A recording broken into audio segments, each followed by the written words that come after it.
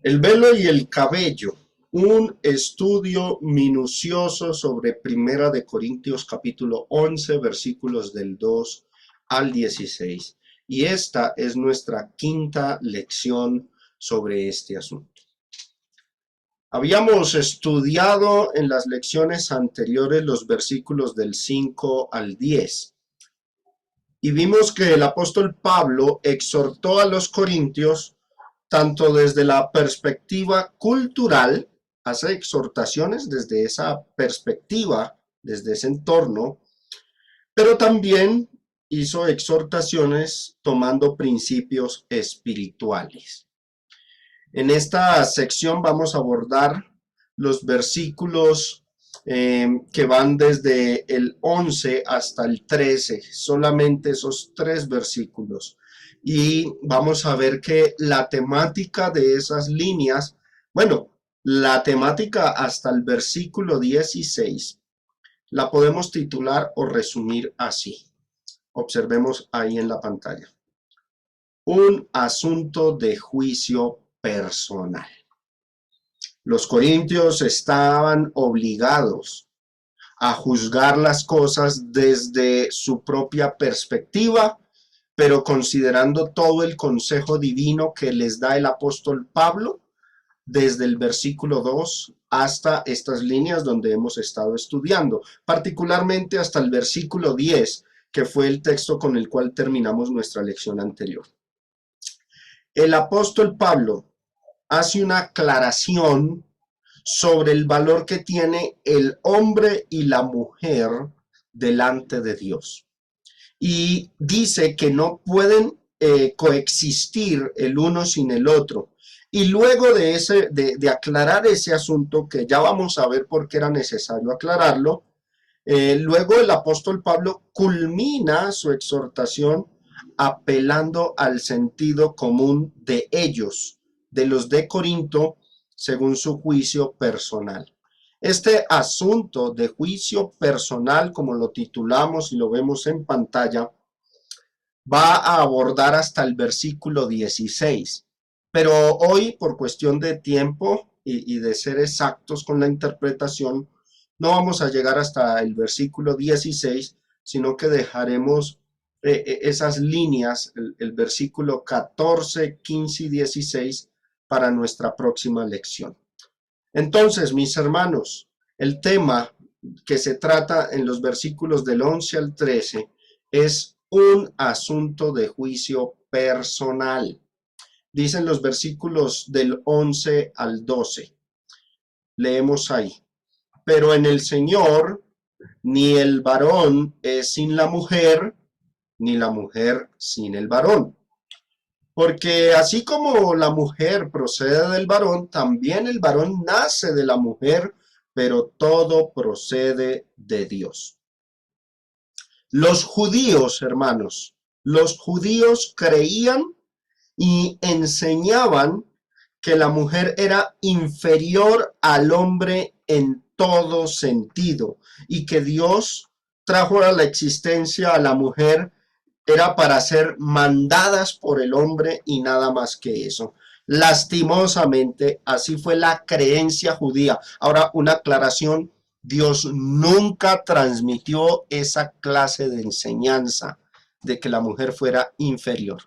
Pero la mayoría de los rabinos y de los estudiosos de la ley así empezaron a enseñarlo y a interpretarlo en los tiempos de Cristo. Esa era la creencia más popular en el judaísmo. Por eso es que Pablo dice lo del versículo 11, voy a resaltarlo, ni el varón es sin la mujer, ni la mujer sin el varón. Quiero que miremos cómo era que interpretaban los judíos el asunto del papel o rol de la mujer en esa sociedad, la sociedad judía.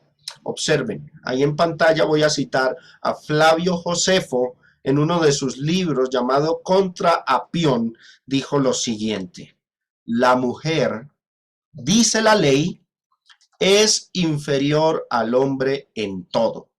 Por tanto, debe obedecer, no para ser violentada, sino para ser mandada, pues al hombre esa pues es al hombre a quien Dios ha dado el poder.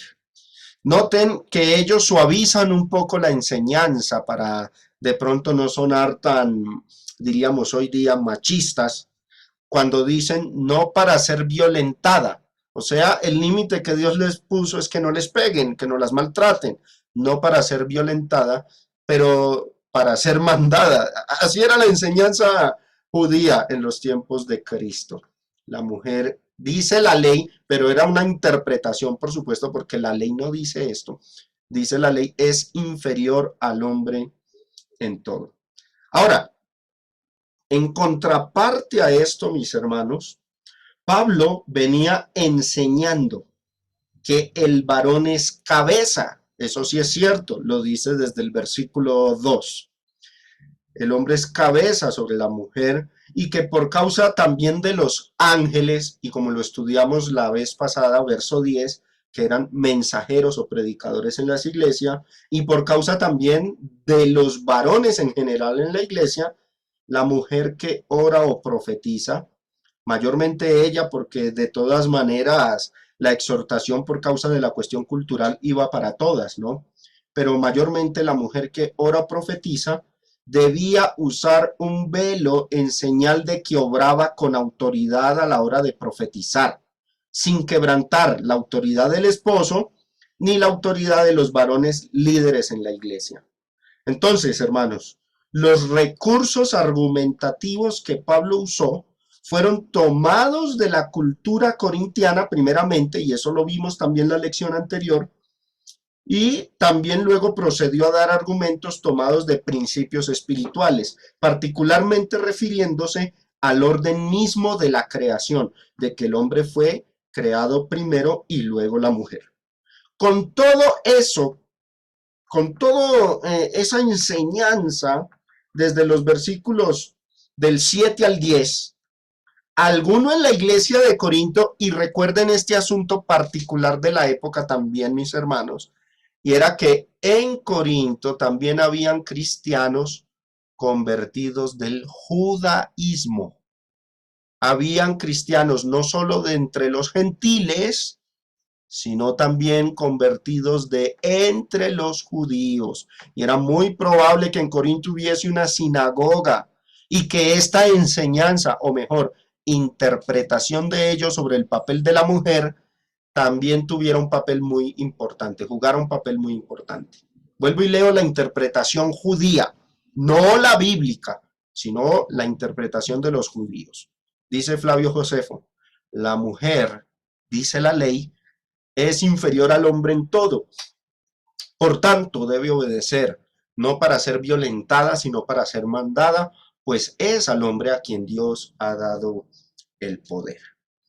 Ahora, para evitar, porque es que ante esta creencia, imagínense ya todo el problema que tenían los corintios con sus tradiciones, y sobre todo en el asunto del velo. Y ahora, si los judíos se convertían al cristianismo y entraban a la iglesia, era muy probable que tuvieran esta concepción, esta idea, esta enseñanza preconcebida, ya volviéndose cristianos. Entonces, con todo lo que Pablo viene diciendo desde el versículo 2 hasta el versículo 10, alguno en la iglesia de Corinto era probable, viable, podría llegar a pensar que Pablo está dándole continuidad a la enseñanza judía de que la mujer es total y absolutamente inferior al hombre. Entonces, ¿qué hace Pablo?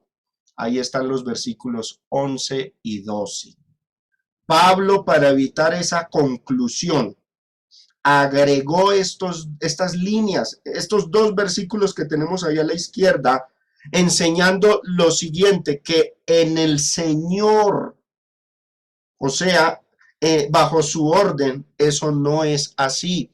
Ahora, vuelvo y reitero, lo que tenemos ahí a mano derecha, que cito de Flavio Josefo, esta fue la enseñanza de los judíos durante la antigua dispensación. Bueno, digamos que se acrecentó más en esos años de silencio, pero esa era la enseñanza general de los judíos con respecto al papel de la mujer. Entonces, Pablo, para evitar que esa enseñanza errónea continuara en la iglesia por parte de los judíos. Ya hemos estudiado la carta a los Gálatas y vimos toda la influencia judaizante en la iglesia. Querían imponer la ley, así que no era extraño que esta enseñanza pudiese llegar a traspasar en los terrenos allá de la iglesia de Corinto. Entonces, Pablo, como contraposición a esta enseñanza o creencia judía, dice en el verso 11, observen lo que voy a resaltar ahí, pero en el Señor, en Cristo. Eso significa en su dispensación, en su reino, en su iglesia, bajo su dominio. Ni el varón es sin la mujer, ni la mujer sin el varón. La expresión en el Señor, esa expresión suele ser objeto de discusiones por parte de muchos, ¿no? Algunos interpretan que significa en la creación hecha por el Señor, añaden esa elipsis, en la creación. Y tiene sentido en alguna cuestión, vamos a verla ahorita por qué. También algunos interpretan que esa expresión en el Señor significa en el mundo creado por el Señor, o sea, como si fuese una referencia a las leyes naturales establecidas por el Señor. ¿Por qué algunos interpretan así la frase en el Señor? Porque lo concluyen porque en el contexto inmediato se venía hablando precisamente de la creación. Recordemos esos versículos del 8 al 9. Porque el varón no procede de la mujer, sino la mujer del varón, y tampoco el varón fue creado, habla de la creación, por causa de la mujer, sino la mujer por causa del varón. Entonces, como en este verso dice, pero en el Señor, entonces dicen, esto significa en la creación que el Señor ha hecho, en este mundo, en esta existencia. Pero bueno, esa no es la interpretación adecuada. ¿Por qué lo digo? Primeramente, la palabra pero está haciendo claramente una separación, una distinción de lo dicho antes. Es decir, que si alguno llega a creer que por todo lo dicho anteriormente, la mujer es absolutamente inferior al hombre, minimizada al máximo, pues entonces así no es el asunto en el Señor. Por eso el pero, hay un pero, una cláusula. Ese pero en el griego se puede traducir al español sin embargo, o sea, en contraparte. En el Señor, ni el varón es sin la mujer, ni la mujer sin el varón. Yo quiero que miremos que esa frase en el Señor significa en el orden establecido por Cristo, ahora en la dispensación cristiana. Se refiere a la autoridad del reino en el reino de Cristo, a Cristo y su autoridad sobre su reino, en su iglesia, en esta era cristiana. Eso es lo que significa la frase en el Señor. ¿Por qué lo deduzco así? Porque en todos los pasajes del Nuevo Testamento donde se usó esa frase en el Señor, así es el sentido. Voy a citar unos cuantos aquí. Romanos 16 del 11 al 12. Observen. Decía Pablo al final de la carta, saludad a Herodión, mi pariente, saludad a los de la casa de Narciso, los cuales están, y miren lo que dice, en el Señor. ¿Qué significa ahí? Si los que dicen que Primera de Corintios 11:11 significa en la creación hecha por el Señor, van a tener líos con este Romanos 16, porque entonces tendrían que interpretarlo así, los cuales están en la creación. No, pero obvio que todo el mundo está en la creación hecha por Dios, ahí ya no tiene sentido. Luego dice, saludad a Trifena y a Trifosa, las cuales trabajan en el Señor. Me faltó resaltar esa parte. Saludad a la amada Pérsida, la cual ha trabajado mucho, ¿qué? En el planeta, en la creación. No, eso no puede significar ahí. Más bien en el reino de Cristo, en la iglesia, sirviendo en todo lo que es la dispensación u orden o reino de Cristo. Eso es lo que significa el término en el Señor. Miremos este otro pasaje. Primera de Corintios 7:39. Este ha sido objeto también de muchas controversias. La mujer casada está ligada por la ley mientras su marido vive, pero si su marido muriere, libre es para casarse con quien quiera, con tal que sea en el Señor.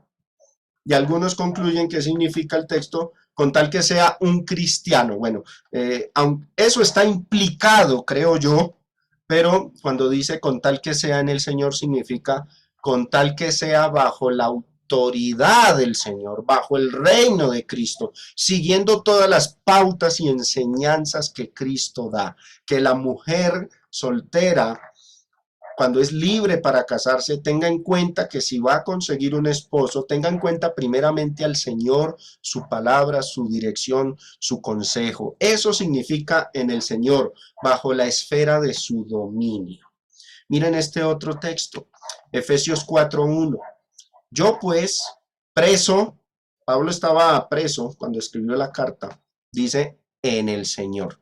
¿Qué significa eso?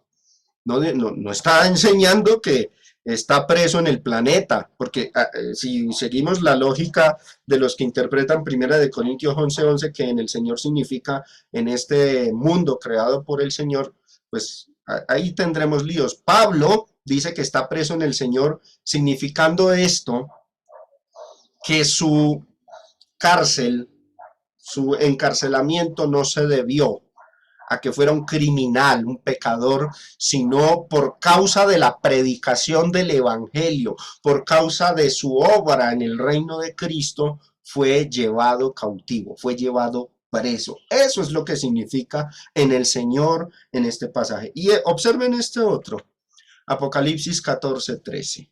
Oí una voz que desde el cielo me decía, escribe, bienaventurados de aquí en adelante los muertos que mueren en el Señor. Sí, dice el Espíritu, descansarán de sus trabajos porque sus obras con ellos siguen. Aquí sí que es mucho menos posible que le injertemos el sentido al término en el Señor, eso de que en la creación del Señor. ¿Por qué? Porque imagínense cómo quedaría el texto diciendo, bienaventurados de aquí en adelante los muertos que mueren en el planeta creado por el Señor. No tiene sentido, no tiene razón alguna, porque todos los seres humanos pues mueren en este, a no ser que viajen a otro planeta y se mueran por allá. Pero bueno, ese no es el caso. En el Señor significa en la dispensación de Cristo, bajo el gobierno de Cristo, en el reino de Cristo. Y lo que está diciendo Pablo en Primera de Corintios 11:11 es que en el Señor, o sea, en Cristo Jesús, en su reino, bajo su dominio, Él ahora tiene potestad en el cielo y en la tierra, pues las cosas no son como se entendieron bajo la era mosaica. En el Señor el varón no es sin la mujer y la mujer sin el varón, es lo que está enseñando el apóstol Pablo en estas líneas. Lo que está diciendo Pablo en el versículo 11 es que ahora que rige Cristo, que reina Él, en la dispensación cristiana, el hombre y la mujer tienen el mismo valor delante de Dios. Ahora, una aclaración. Esto no lo dice Pablo porque antes, ante Dios, las mujeres no hubiesen tenido valor. Ante Dios, el hombre y la mujer siempre han tenido el mismo valor. Dice Génesis 1:27 que ambos fueron hechos a imagen y semejanza. Pero el problema era que en la antigua dispensación, no Dios, sino los hombres que intervinieron en ella, o sea, los rabinos judíos, habían estado enseñando muy mal respecto a la mujer y su papel o rol ante el hombre. Ellos la habían minimizado demasiado. Por eso Pablo recalca que en Cristo, en el Señor, en su orden establecido, ahora en su reino, el asunto no es así, sino que el uno y el otro son codependientes y no pueden existir sin el otro. Ni el varón es sin la mujer, ni la mujer sin el varón, y añade una explicación, porque así como la mujer procede del varón, también el varón nace de la mujer, pero todos dependemos, procedemos es de Dios. Así que el hombre y la mujer ante Dios son iguales en este respecto. Vamos a enfatizar un poquito más esta cuestión, ¿no? Pablo trae a colación otra vez el ejemplo tomado de la creación ahí en el verso 12, ¿sí?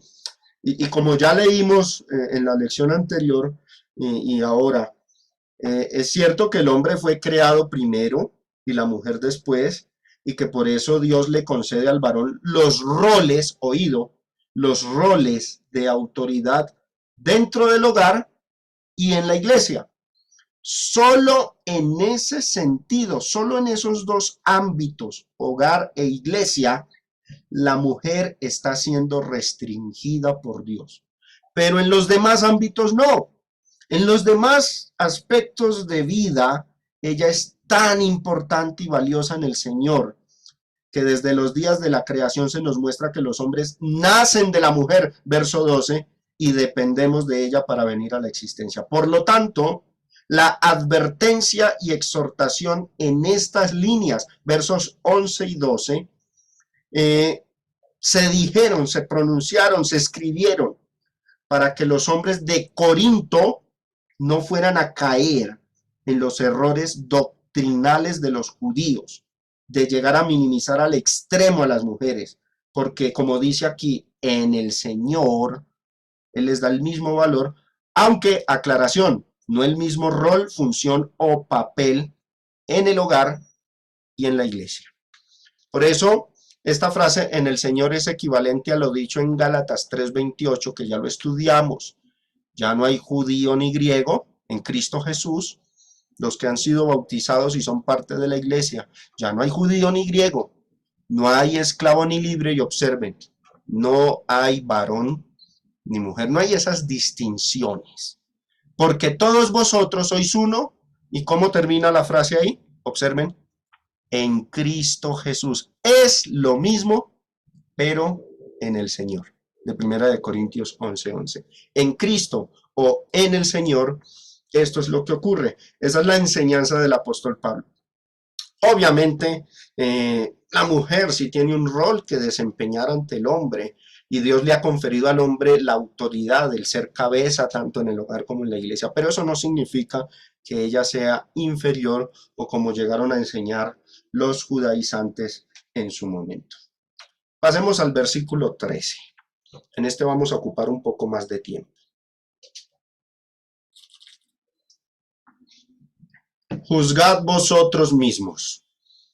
¿Es propio que la mujer ore a Dios sin cubrirse la cabeza?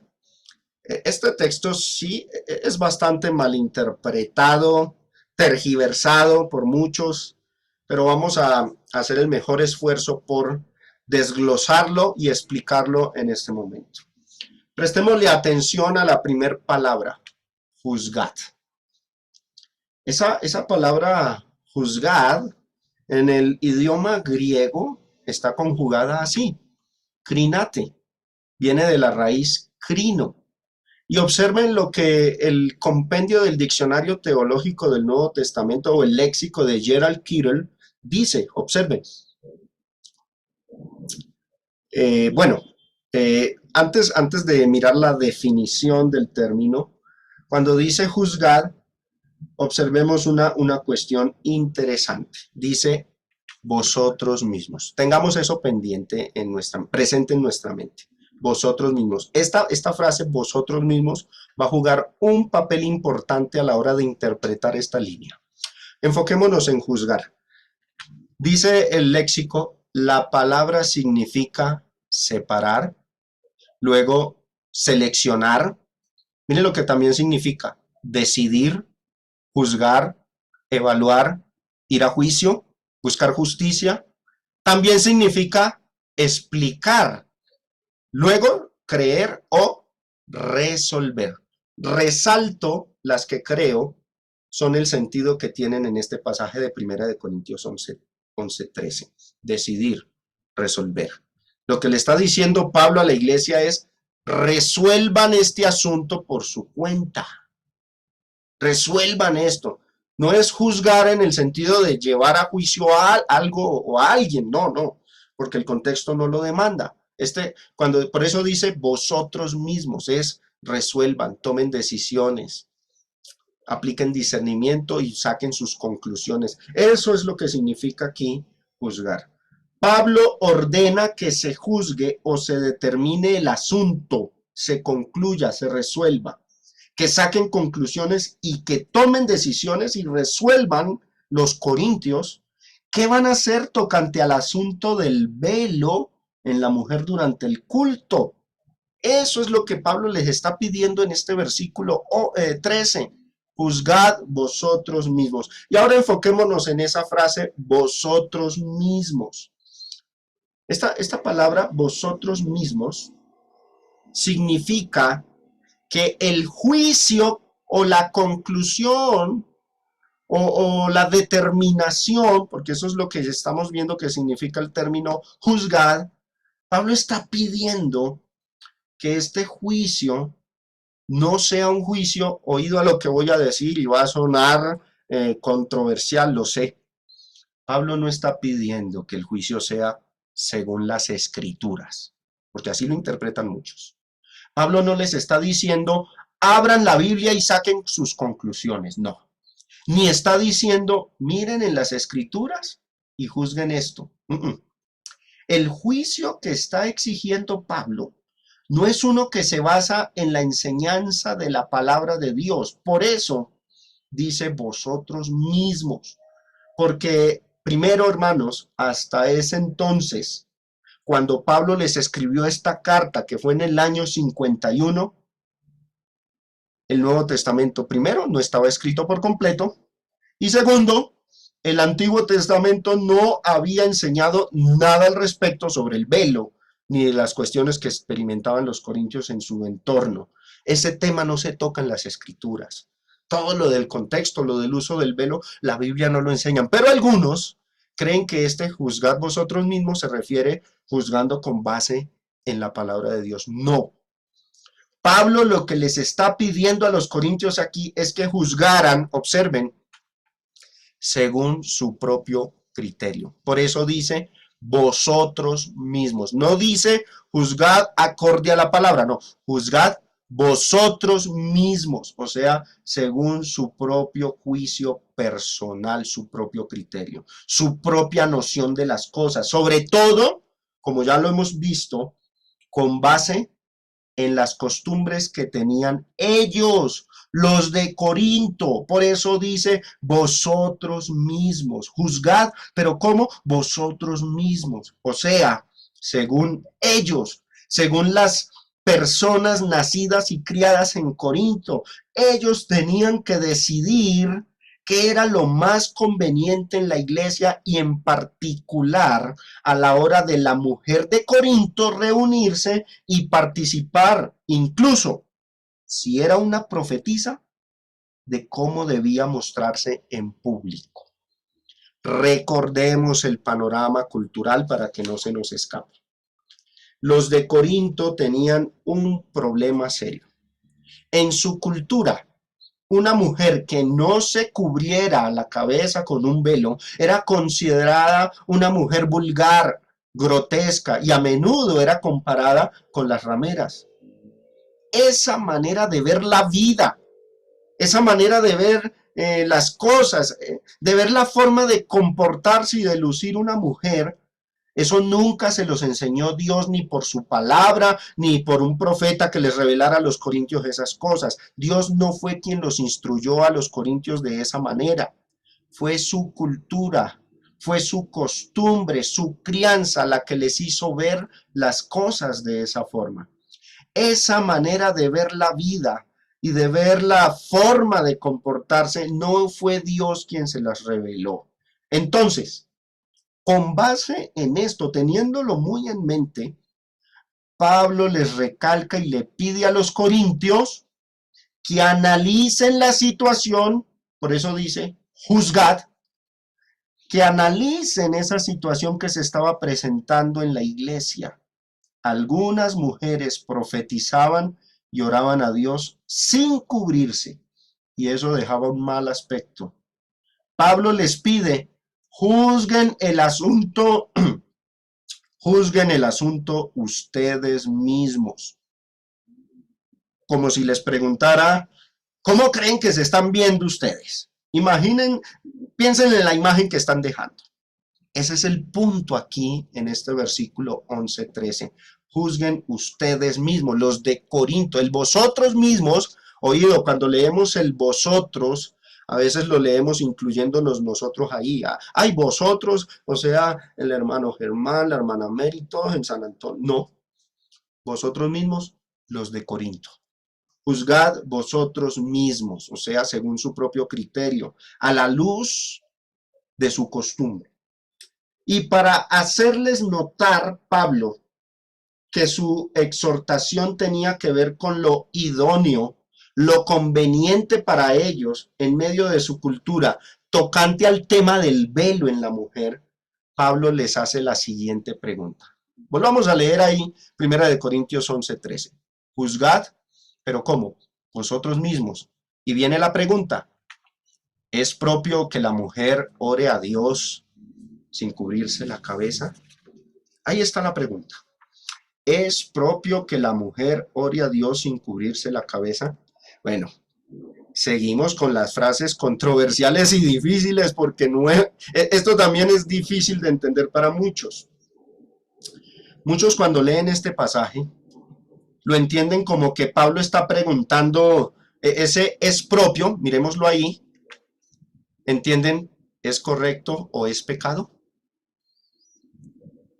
Muchos cuando leen este pasaje se confunden.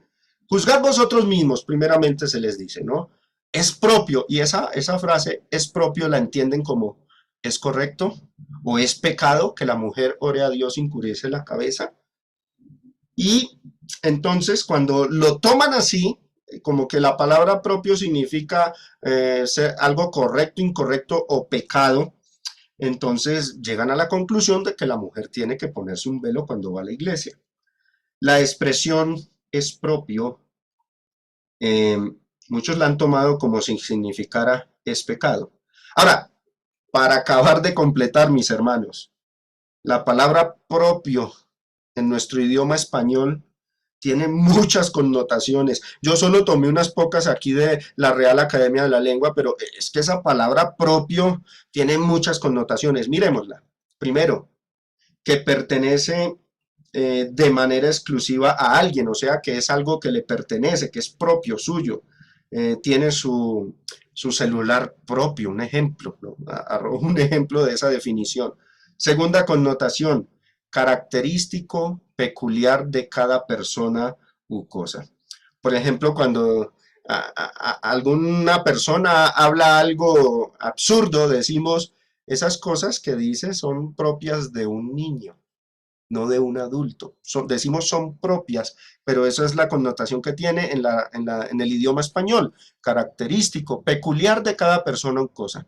Tercero, que es conveniente, adecuado, apropiado. Cuando decimos algo conviene, algo es adecuado o apropiado, puede decirse algo es propio. Cuarto, natural, no postizo ni artificial. Ahí puse el ejemplo, pelo propio, no artificial. Y finalmente, dicho del sentido de una palabra, principal o fundamental por oposición a figurado. O sea, como cuando decimos, ese no es el sentido propio de la palabra, sino que más bien ese es su sentido figurado. Ahí utilizamos el término propio. Entonces yo quiero que noten que sí es difícil interpretar esta porción porque, pues, 1 Corintios 11:13, volvamos a leer, juzgad vosotros mismos, ¿es propio? Y algunos interpretan que es propio significa es correcto o es pecado, pero yo quiero que noten algo. Ni en el idioma español ese es el significado y no sé por qué algunos llegan a esas conclusiones. Ahora, es cierto que la Reina Valera, la versión que estamos estudiando, usa un término muy difícil para el de habla hispana. Ahora, no usó mal el término porque está bien traducirlo así, pero sí en vez de haber usado otro término más entendible para los hispanohablantes, utilizó ese, es propio, y miren que propio tiene muchas connotaciones. Tenemos nosotros que elegir de todas estas connotaciones cuál es el sentido que Pablo le está dando ahí a 1 Corintios 11:13. ¿Cómo resolver el dilema, mis hermanos? Aquí es donde se hace importante mirar cuidadosamente el término propio, pero en los léxicos griegos del Nuevo Testamento. Porque allí nos encontramos ¿Qué sentido fue que Pablo le dio a esta palabra? ¿Sí? No estaba preguntando Pablo si era correcto o era pecado. Eso es un error interpretarlo así. Miremos la palabra propio en el idioma griego. Prepo. Ese es el término. Prácticamente es una transliteración. Prepo. Esa palabra, dice el diccionario Vine, que lo voy a citar enseguida, dice, significa ser conspicuo entre un número, o sea, sobresaliente, ser eminente, distinguido por una cosa. De ahí, ser propio, corresponderse, y observen esta connotación, convenir, es la que resalto, convenir.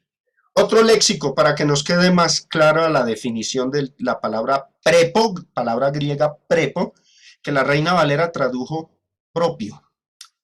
Este léxico, el de James Swanson, dice, ser conveniente, ser adecuado, apropiado.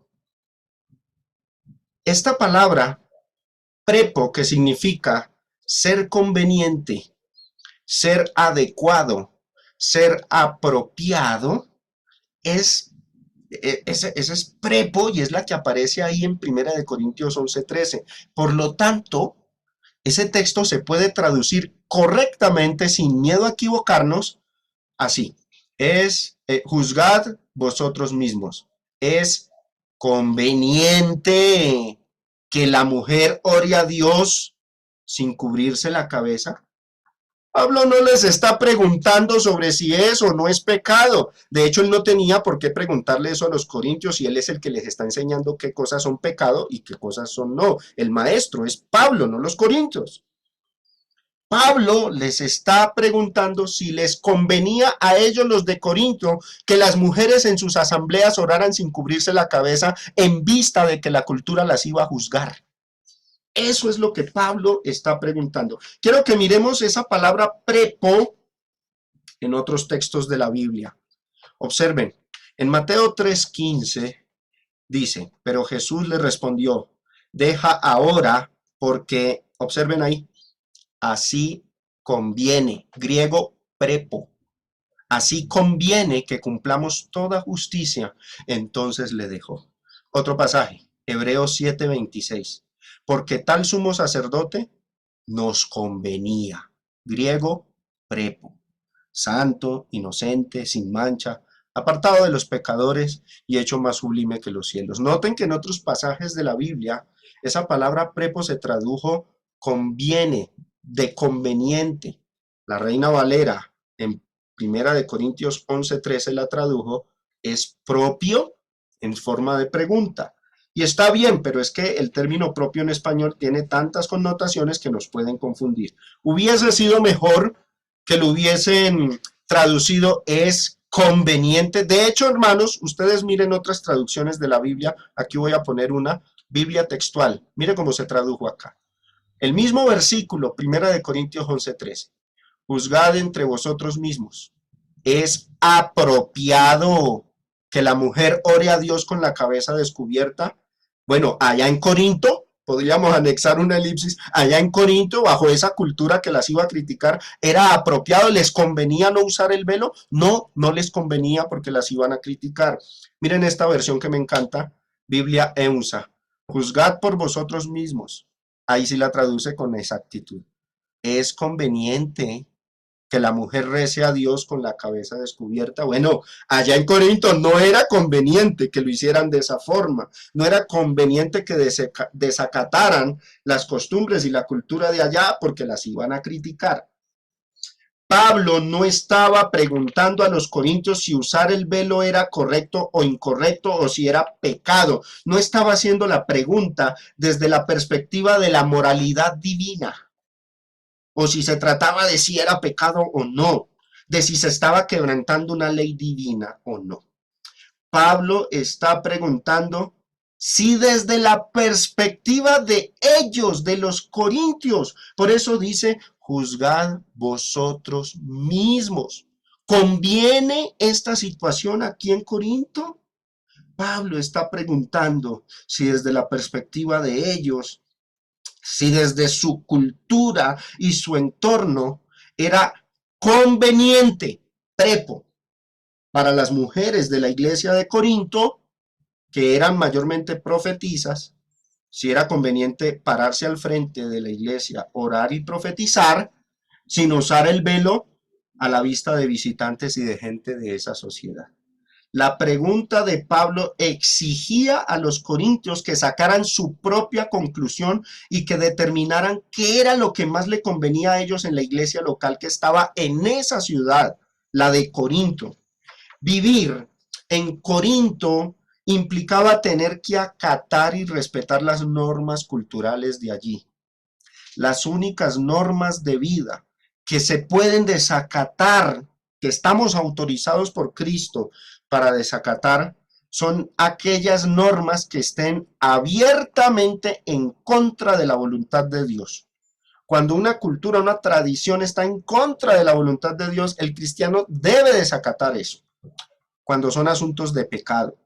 Pero en este caso, la costumbre de los corintios, de las mujeres usar velo, era no asunto de pecado, sino de opinión. Pero en ese entorno, lo más conveniente para ellos, por cuestiones de buena imagen, era que las mujeres más bien usaran el velo.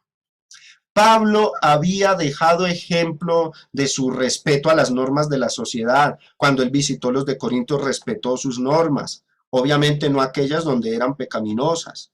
Y también cuando fue a Jerusalén, se comportó como un judío. Eso lo leímos la vez pasada en Hechos capítulo 21. ¿Qué hizo allí? Se purificó en el templo, se rapó la cabeza, respetó las costumbres de los judíos cuando estuvo entre ellos. Eso era lo más conveniente y adecuado que debía hacer Pablo estando en Jerusalén, y sobre todo si tenía como fin ganar almas para Cristo. Si Pablo no respetaba esas normas en Jerusalén, hubiera dejado una mala imagen y no habría podido ganar ni siquiera un alma. Pero por eso las respetó y hasta se rapó la cabeza para no ser tropiezo a nadie y ganar almas para Cristo. Ahora, los corintios, vuelvo y repito, vivían en una cultura donde para ellos una mujer decente, honorable, era reconocida. ¿Por qué? Porque usaba un velo.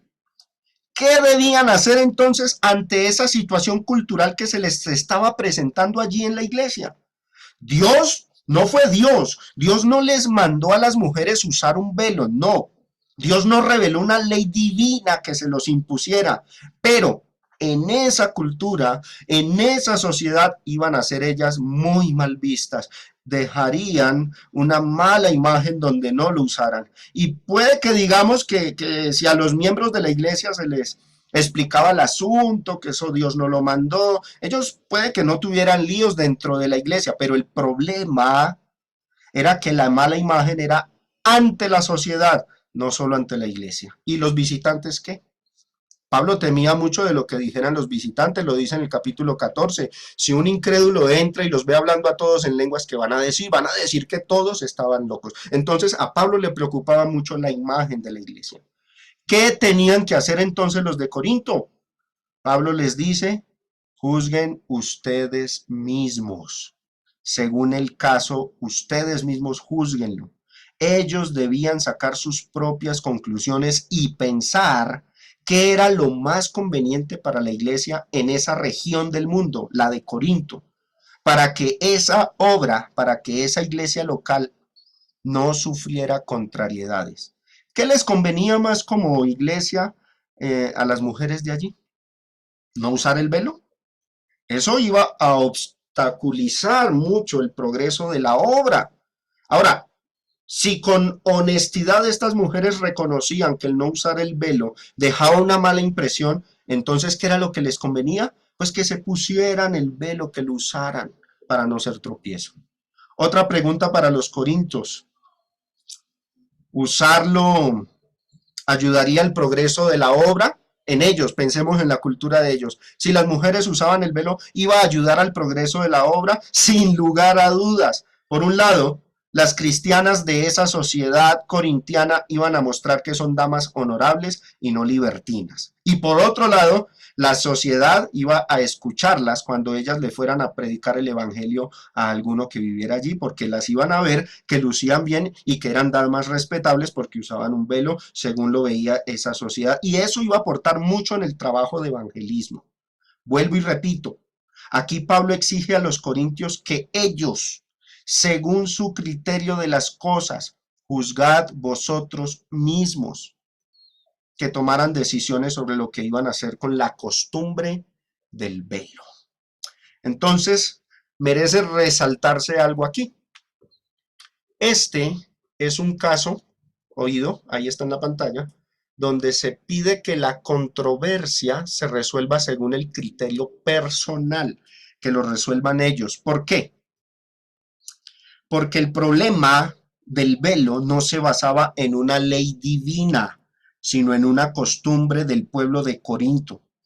Cuando se trató de leyes divinas, Pablo jamás dejó eso en manos de los cristianos. Él no dejó que ellos resolvieran, sino que dijo, observen 1 Corintios 14:37, cuando eran leyes divinas, Pablo se pronunciaba de manera diferente. Dijo, si alguno se cree profeta o espiritual, reconozca que lo que os escribo son mandamientos del Señor. Cuando ya la cuestión trata con leyes divinas, él aclaraba, esto se tiene que obedecer, son mandamientos del Señor. Pero cuando era un asunto de costumbres, quedaba en manos de la iglesia determinar el caso. Y por eso les dice, juzguen ustedes mismos. ¿Conviene o no conviene en esta sociedad de Corinto que la mujer ore a Dios sin cubrirse la cabeza?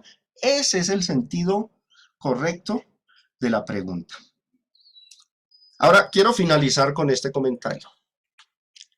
Vamos a leerlo. Comentario bíblico Mundo Hispano. Me gusta lo que dice aquí. Habiendo visto algunas bases teológicas que abogan a favor del uso del velo en el culto público, ahora el apóstol llega al segundo modo principal de argumentar su caso, el sentido común de lo apropiado o conveniente. Pablo insiste en que los modales convencionales del pueblo no deben ignorarse. Si bien es cierto que las costumbres cambian con el tiempo, es arriesgado hacer caso omiso de ellas. Y más si si era algo escandaloso, dejarlos como el que una mujer no usara el velo y entonces se ganara una mala reputación, una mala imagen. Era lo más conveniente. Ahora, quiero hacer un ejercicio final ya con todos ustedes, mis hermanos y personas que están aquí conectadas. Viendo todo el caso de Corinto, su entorno cultural, hagan de cuenta que ustedes son de Corinto, que vivimos en esa época. Juzguen ustedes también. Juzguen ustedes también, pero poniéndonos en los zapatos de ellos. Ahí está la pregunta. ¿Convenía a los corintios que la mujer profetiza no usara velo mientras oraba o profetizaba? Pues viviendo nosotros en una cultura como la de Corinto, ¿qué era lo que más convenía? No es lo que Dios mandó, porque no se trata de ley, de pecado o no, se trata de una costumbre, pero que era lo más apropiado, lo más conveniente para no ser tropiezo, para no dejar mala imagen. ¿Qué era lo que le convenía a estas mujeres? ¿Convenía a los corintios que la mujer profetiza no usara el velo mientras oraba o profetizaba? Sabemos responder, si nos ponemos en los zapatos de ellos, sabemos dar respuesta a eso. Esa es la pregunta que hace Pablo en 1 Corintios 11:13. Y hasta aquí, mis hermanos, esta quinta lección sobre el velo y el cabello, un estudio minucioso sobre 1 Corintios 11 del 2 al 6. Quedamos pendientes con los versículos 14, 15 y 16. De hecho, son los textos más controversiales y más polémicos dentro de todo este estudio, y los vamos a abordar minuciosamente a la luz de la Biblia, de los significados de las palabras y también respetando el marco histórico. Así que espero que para la próxima lección se conecten. Ya nos quedan nomás, creo que 2 lecciones, ya mucho, porque con la otra lección culminamos ya hasta el verso 16 y la última vamos a sustraer algunos principios para nosotros y a responder las inquietudes que puedan abordarnos ya a nosotros hoy día en nuestra cultura. Entonces, les animo a que sigan pendientes con estas lecciones. Muchas gracias por la atención que me prestaron y que el Señor les bendiga.